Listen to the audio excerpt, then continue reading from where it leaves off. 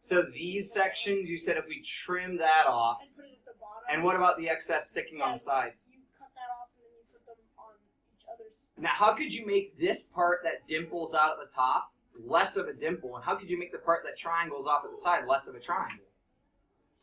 It didn't stop the video quite in time. Jeremiah? Like, so, what if you got a ruler and then you could, like, get a knife and then cut off of the top and then you could put the, it's hard to explain. Yeah. So what if I just cut my pieces smaller? Yeah. So if I cut my pieces smaller here and reposition them, Oh. we're closer to a rectangle, right? I have less dimply parts at the top because it has less of the circle. I have less triangular parts at the edge because my slices are smaller. They're not as wide. What if we do that again? It probably still, it's because it's pie, it's never ending, right? So this is called subdivision, by the way. We're always doing twice as many or 4 times as many. So if I do that again, it's still margin. the margin of error, though, is so small now, we have almost a rectangle. And guys, this is so zoomed in, the video's having issues rendering the images as the pixels change location. So that's why the slices look different sizes, but these slices are all the same size. So when you look at how tiny these edges are, this portion of the circle at that tiny, minute, little sliver might as well be a straight line. Because if you subdivide a circle into 1,000 pieces, how much of that arc are you going to have, and how much curve would you actually see? If you subdivide that same circle into 1,000,000 pieces, yeah, that would be pretty much a straight line. So, this brings us back to how we derive that formula. Are they going to use that thing to hold when they get rendered? Hold on. So now, this The line. has my infinitely many, just imagine that we sliced it into infinitely many pieces. The tiniest slivers you could possibly make. What would be the width here? Well, let's think back to down here. What did we do to the circle? Cut it up into pieces, right? How much of the circle is pointing up and how much of the circle is pointing down? Half, right? So that length is going to be half of what? What was the distance around the circle? Circumference.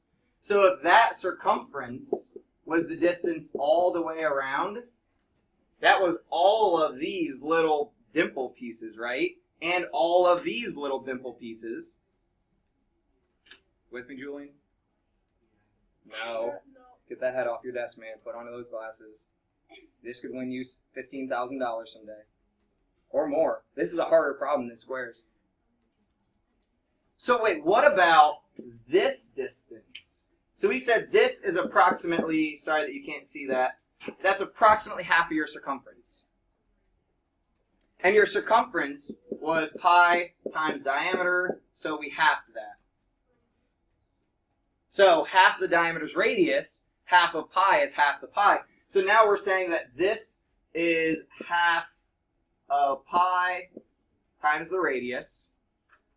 Then what would be, if we have infinitely many of these, how do we know how tall the slices are? Or how long they are? Monica, I'm worried you're going to climb through the ceiling. The radius, because if you put each of those slivers, one of those slivers in a circle, it'll be fine. That's going to be your radius. This gets us to the point where we can build. I know it's hard to see because the screen, it can't really show it that well. Sorry, wrong notes. This gets us to the point where we build our formula right down here. Everything you just saw, I can't put all those images here, but everything you just saw essentially breaks down to this. You take your circle, divide it out into as many pieces as possible. So you have to kind of let your brain go and say we have infinitely many pieces that get us the tiniest possible curves on top. Our height is actually the radius, and once we combine all these together, we get down to the formula. That area is pi times the radius squared. How do you get the radius squared? Because we had radius as the height, and we had radius as part of the length. So when we do this multiplication, I've got radius times radius, and any number times itself Squared. is that number squared. Then where's the 2 come there? You tell me. All the legs. Where's that 2 come from?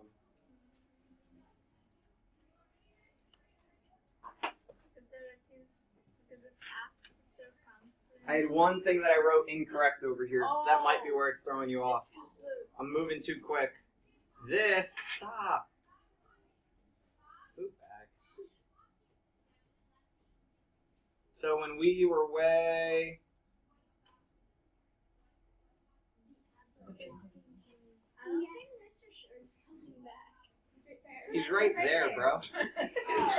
Way to be observant.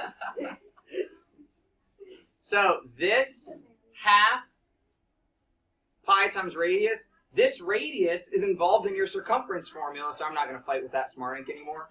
Your circumference formula was 2 times pi times radius.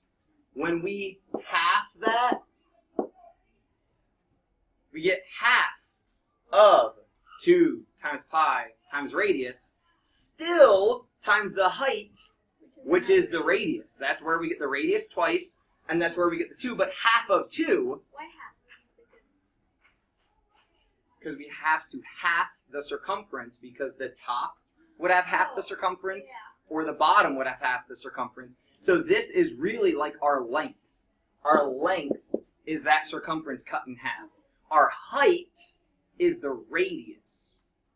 But we're kind of like, you know, we have infinitely many slices. That's where you kind of have to let your brain go a little bit. Jeremiah? Don't you think it's crazy how it's never gonna actually be perfect, like a perfect triangle? So it ends up so close to perfect, we can assume it is.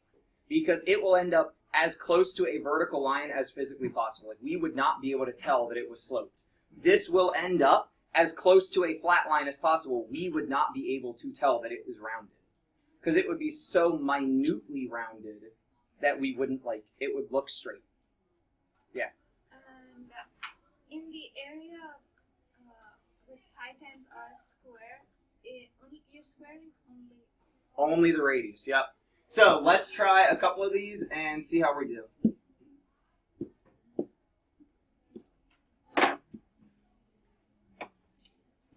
So when we talk about earthquakes, we rank them, right? So there's categories of earthquakes. So we have an epicenter, is where the fault happens, where the quake starts from. And from the earthquake's epicenter, it could be felt 134 miles out to the edge. But if we want to talk about the entire area that was affected, then we're not just talking about distance from the center. We're talking about everybody in there. So we need to derive area of this situation. So we're going to set up pi times radius squared. And a lot of times relief efforts, like FEMA or Red Cross or people like that, how much response they send directly is related to how much area was affected. So when they talk about storms and disasters and the area that was affected, we're really talking about a mathematical term, how much space was affected. So it says from the epicenter to the outer edge. So if it's from the center to the edge, is that radius or diameter? Radius. So we can replace pi with 3.14. We can replace radius with my 134 squared. Follow your order of operations. What do I have to do first here? Andrew?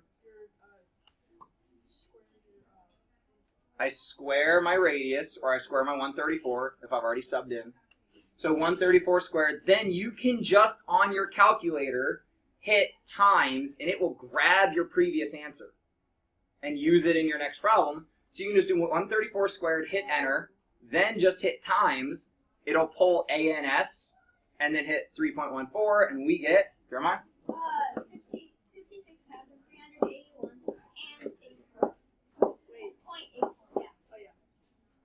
that would be miles squared, because we have to square our units since we squared our radius. Yeah. I discovered something else that you can do.